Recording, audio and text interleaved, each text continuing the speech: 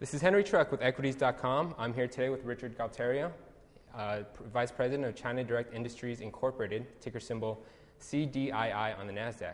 Hi, Richard. Thanks for joining us. Hi. Thanks for having me here. So the company has a very unique business model. Can you tell us what China Direct does and how it allows you to play certain trends in China? Sure.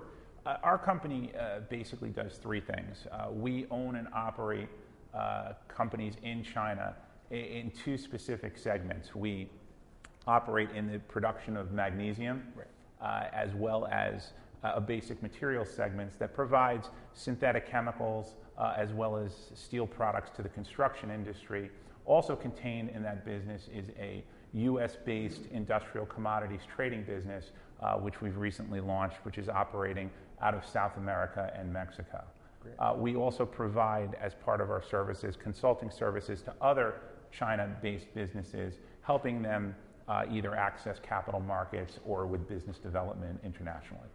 Now, when it comes to China stocks or Chinese stocks listed in the U.S., there's a bit of a hesitancy within the investment community because of the fraud and things like that. But your company is different because you're based in the U.S. and you're above boards. Can you tell us why that isn't the case with you guys? Well, as has been evidenced in the market recently, there's been a number of situations where a lot of the differences in China in terms of accounting and how they do business have been sort of exposed in the U.S. with differences in accounting and things like that, which have created a fear among the public. How we're different is, number one, our team is all in the United States. The core officers and directors of this company are all based in the U.S. and Florida.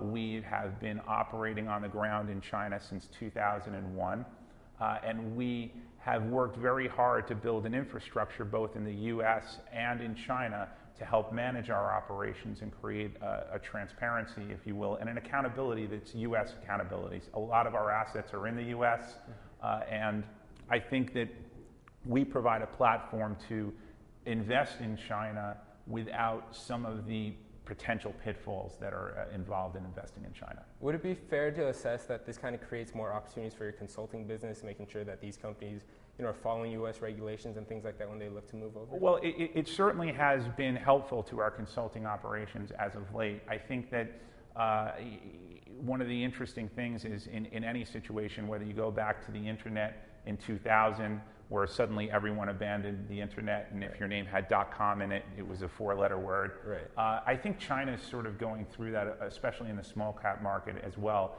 And what that creates for people with a longer-term horizon is some tremendous opportunities, and we certainly think we're one of them. Right. Do you think that whole play might be overblown, or is it bottoming out?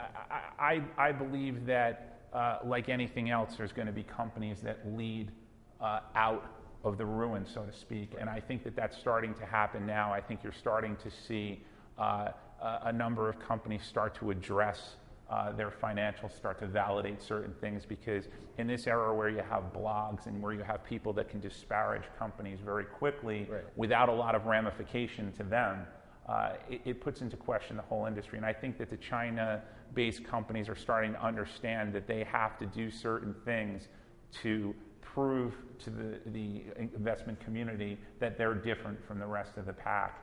And those companies that do that will eventually reap tremendous rewards for investors who are willing to take those risks. Absolutely. And I believe the company has about 12 companies in its portfolio? Yes, we have a number of companies in China that operate in magnesium production. We're currently looking to acquire 2 more, which will bring the total number of subsidiaries we have in magnesium to 6. We have several basic materials companies in China, and we're also in the process of expanding internationally through industrial commodities in South America and Mexico, as I've mentioned as well.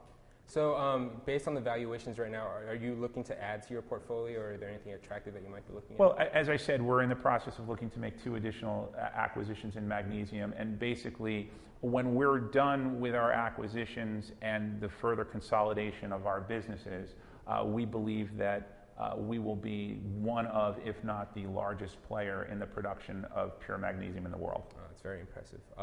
So Rich, talking about China Direct, what are some milestones or recent achievements that company or investors should watch for just to make sure you guys are on track for growth? Well, yeah, obviously, I think that we've exhibited a pretty strong turnaround for the first 9 months of this year. We've done about 145 million in revenue, and that's more than we did all of last year. We've earned roughly 20 cents a share so far for 9 months, as compared to a loss a year ago. So the magnesium industry took a big tumble, as did a lot of the other metals and automobile industry. If you remember 2008, 2009, because we service the steel and the automobile industry and the aluminum industry, our business suffered as well. But we were able to weather that storm. We have a very strong balance sheet. We have over 10 million in cash, and that number's been rising this year. So we're cash flowing.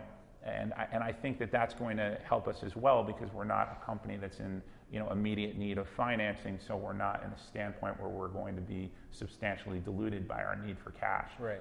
We believe that once we complete our acquisitions for over the course of the next 12 months, our magnesium business is going to grow substantially, both internally as well as through those acquisitions.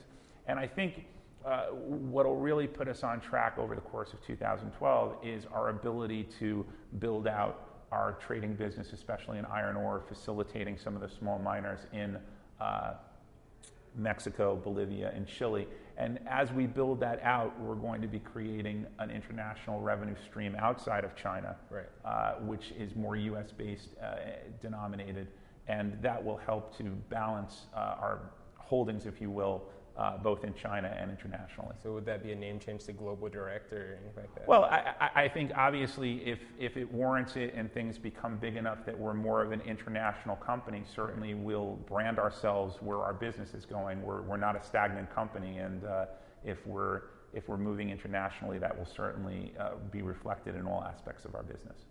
Very, very exciting story. Rich Galterio, thanks for joining us. Thank you for having me. That's China Direct Industries. That's CDII on the NASDAQ. Thanks for watching.